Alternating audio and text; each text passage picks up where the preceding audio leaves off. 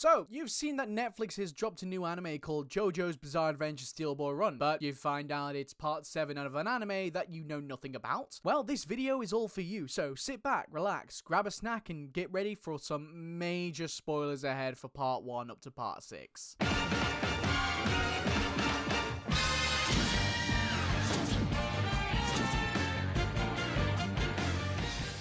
The year is 1868. English nobleman George Joestar and his son Jonathan become indebted to Dario Brando after being rescued from a carriage incident. What the Joestars don't realize, however, is that Dario had no intention of helping them. He believed they were dead and was trying to ransack their belongings. After Dario's death 12 years later, George, hoping to repay his debt, adopted his son, Dio, the worst mistake he could ever make. Whilst he publicly fawns over his new father, Dio secretly plans to steal the Joestar fortune. His first step is to create a divide between George and Jonathan by constantly outdoing his foster brother. Dio firmly makes his place in the Joestar family, but when Dio pushes Jonathan too far, Jonathan defeats him in a brawl. Years later, the two appear to be close friends to the outside world, but trouble brews again when George falls ill, and it is Dio who has been behind the scenes poisoning George. When Jonathan finds out, he and the police come to capture Dio, but it turns out the ancient stone mask George had in his possession had the power to turn anyone who wears it and offer up their blood to be turned into a vampire. The two brothers fight until Jonathan comes out on top, thinking he's slain his brother. After a little time has passed, Jonathan meets a strange man named Zeppeli, who tells Jonathan that there is a power that can defeat vampires named Hamon. Zeppeli goes and trains Jonathan in the ways of Hamon. The two fight some vampires, Zeppeli dies, and Jonathan is now facing off against his brother Dio again, who he kills, but then on Jonathan's honeymoon, it's revealed Dio survived, and the two died together on a ship that was heading towards America. Oh, and Jonathan made a best friend named Speedwagon, but he just narrates what he sees all the time.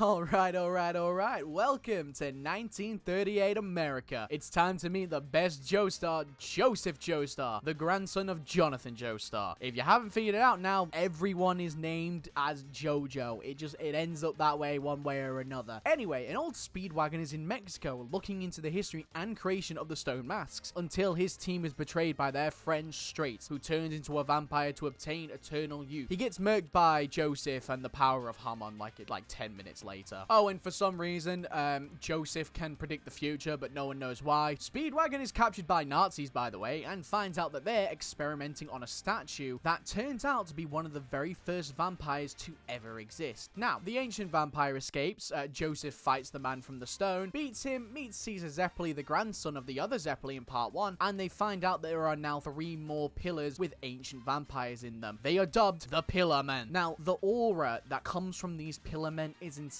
They are so powerful that just for the love of the game, they give Joseph and Caesar 30 days to get stronger just so they can have a better fight. It's also revealed that the stone masks that turn people into vampires were created to turn the vampires into the ultimate form that would allow them to walk into the sunlight and achieve the perfect body. So here's a fun thing that you're going to find out about majority of the time in JoJo. A Zeppeli, or the best friend of JoJo, dies, and Caesar's no exception, which means we get this scene. Joseph and Lisa defeat 2 out of the 3 Pillar Men, and all that is left is Kars, the last one, the one that achieves the ultimate form. So, how do you defeat someone with the ultimate body? Send them to space. The day is saved, everyone thinks Joseph has died, and we get this funeral scene where he just, crashes the funeral. That's right, he didn't even know whose funeral it was. He just crashed it because he doesn't care, and he's got that much aura. Oh, and Speedwagon might have helped fund the atomic bomb that gets dropped on Japan, but that's just a theory. A film theory. And on to part 3.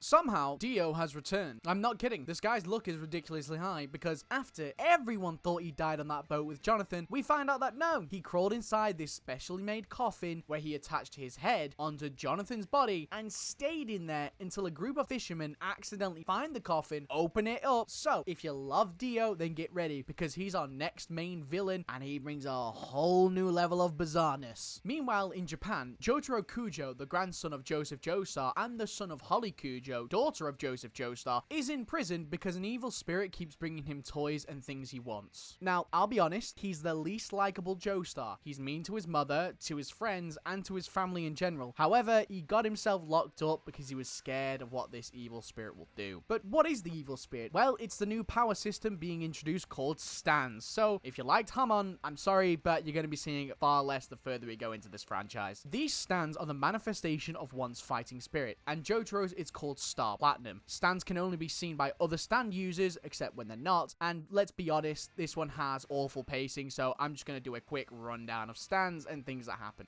Dio gained a stand called the World, and that gave him the ability to freeze time. Once he gained one, the rest of the Joestar bloodline gained one as well. Jotaro's stand Star Platinum is the same as Dio's. Joseph Hermit Purple lets him punch a camera and see things from far away. Avdol's Magician Red can shoot fire. Kakuin's Hierophant Green shoots emeralds for some reason. Polnareff's Silver Chariot has a sword, and Iggy stands the Fool controls sand. Iggy, Kakuin, and Avdol die at the end, and Holly has a stand that is killing her because her fighting spirit isn't strong enough. Dio dies, Joseph pranks Jotaro by pretending to be a vampire, and the story ends there. The Joestars go off and live a happy life, and none of them cheat on their partners because who would ever do that?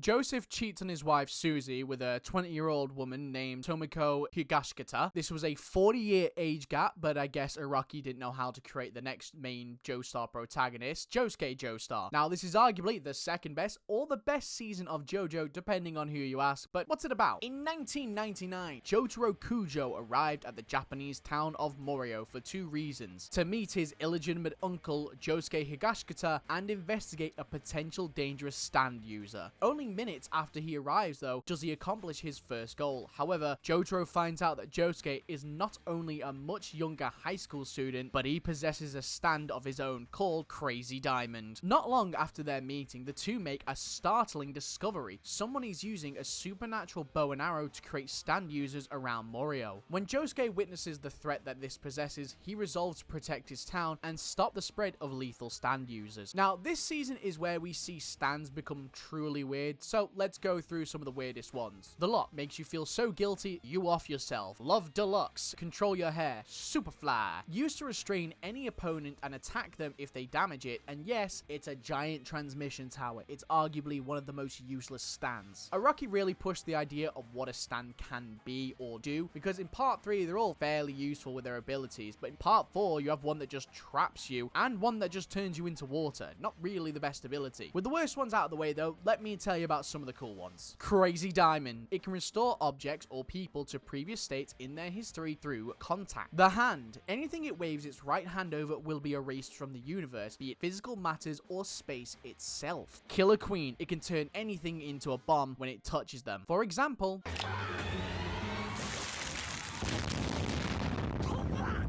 now, don't worry, Dio isn't coming back as a villain. Instead, we have Kira, a serial killer with a hand fetish that is responsible for a majority of the murders in this small town. This man is cold, calculated, and his plans for keeping himself from being captured have plans. He even went so far to get another stand user to turn him into a guy he killed, and then moved into the dead man's house with their wife and son. Can't believe Araki ruined my goat by making him cheat on his wife.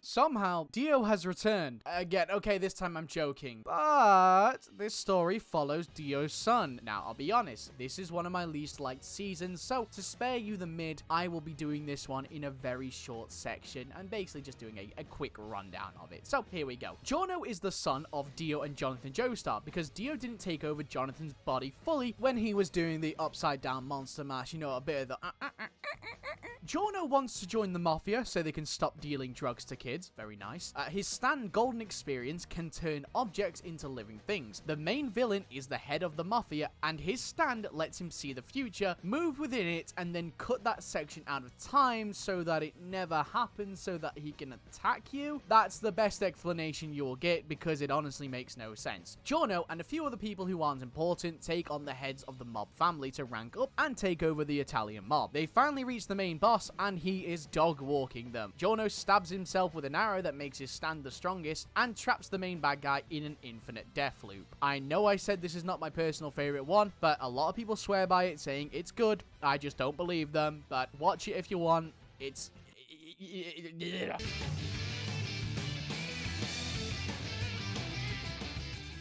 And now we got onto the last series, the one that changes it all and is arguably the one that is the most important. So, what is Stone Ocean about? Dio has once again managed to still be an integral part of the JoJo story, even though he's been dead for the last 3 seasons. So, how is he still ruining their lives? Well, this gay twink priest, who definitely didn't have a weird relationship with Dio, misses him so much that he's trying to bring him back. This is done by stealing Jotaro's stand and doing a bunch of whole things like evolving his stand, White Snake, into Maiden Heaven, which allows the main villain Poochie to speed up time itself. Now, like the last season, this one was just a dud to me, and quite frankly, the only part that is important is the last battle, because it changes the entire universe by resetting it and wiping out the existence of the previous Joestar bloodline and Dio. That's right, you watch this whole video to know everything that you'll need to know to get into Steel Ball Run, but in reality, you didn't need to, because the entire universe is reset. Therefore, part 7 just re-explains how everything works anyway. You did it. You fell for my stand ability. Okay, looks, all jokes aside, I still think knowing about the other seasons is important, because part 7 does reference previous parts, names, and power systems, so you'll have a few, wait a minute, I recognize that moment. All in all, that is everything you really need to know about JoJo, and this should let you jump into any season of the show. However, I recommend starting with part 2, as it's one of the best ones, and then working your way through part 3 and 4, as they are the 3 best seasons of the show. I look forward to seeing how part 7 will develop, and I might pick up the manga instead, as Araki is on to part 10 at this point. If you enjoyed the video, hit the subscribe button. I'm aiming for 5k followers by the end of the year, and I would much appreciate it. Thanks for watching, and I'll see you next time.